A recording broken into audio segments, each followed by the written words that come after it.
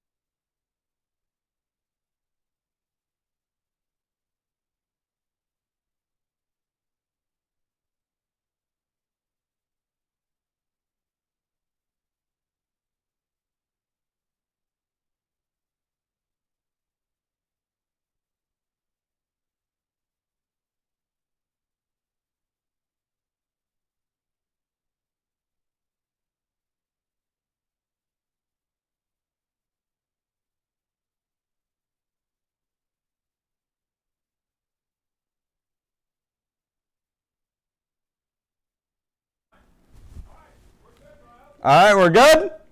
All right. Welcome back to this edition of Before the Bells. I'm Miles Forster, and I'm riding solo today, so let's get right into it. We got a bunch of sports coverage, but to start it off, the softball team shut out North Quincy in a 12-0 game the other day.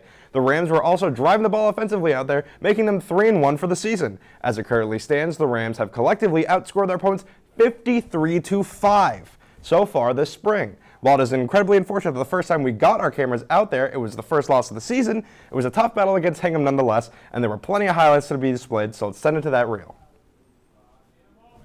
In a moment. I believe that the reel is not working. So,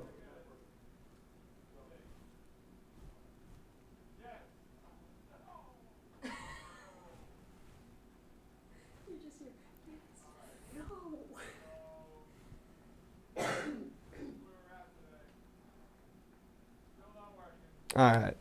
I believe we're still having some technical issues with our switcher, so I don't believe that highlight is going to make it on today. But when we get back from April vacation, that video is sure to air. But In other news, girls lacrosse also took a win against Quincy, ending the game at a score of 9-7. We managed to get a camera out there on the field to capture the action, and like the softball game, we'll have that coming up after vacation because, again, technical issues. But girls tennis had a phenomenal 3-2 final score against North Quincy. The Rams had a great match against the Raiders, and the two double teams, which consisted of Maddie Simsick and with Grace Diorsi and Emily Timberlake with Sarah Hubbard, won their matches along with singles player Grace Ioka, who pulled out a great win in 2 sets, 6-3 and 7-6 respectively, giving Marshfield the victory. So I mean, shout out the girls tennis team, looking phenomenal. Yeah, Lucy Boyce behind the camera. On the tennis team. But looking back to some excellence in the winter season, MHS state champions Annie Spencer, who competed in the balance beam in gymnastics, and Cam Pope, who competed in the 1-meter dive on the swim and dive team, were celebrated for their state championship titles recently as part of the Marshfield School Committee's Spotlight of Excellence. So a huge shout out goes to those two.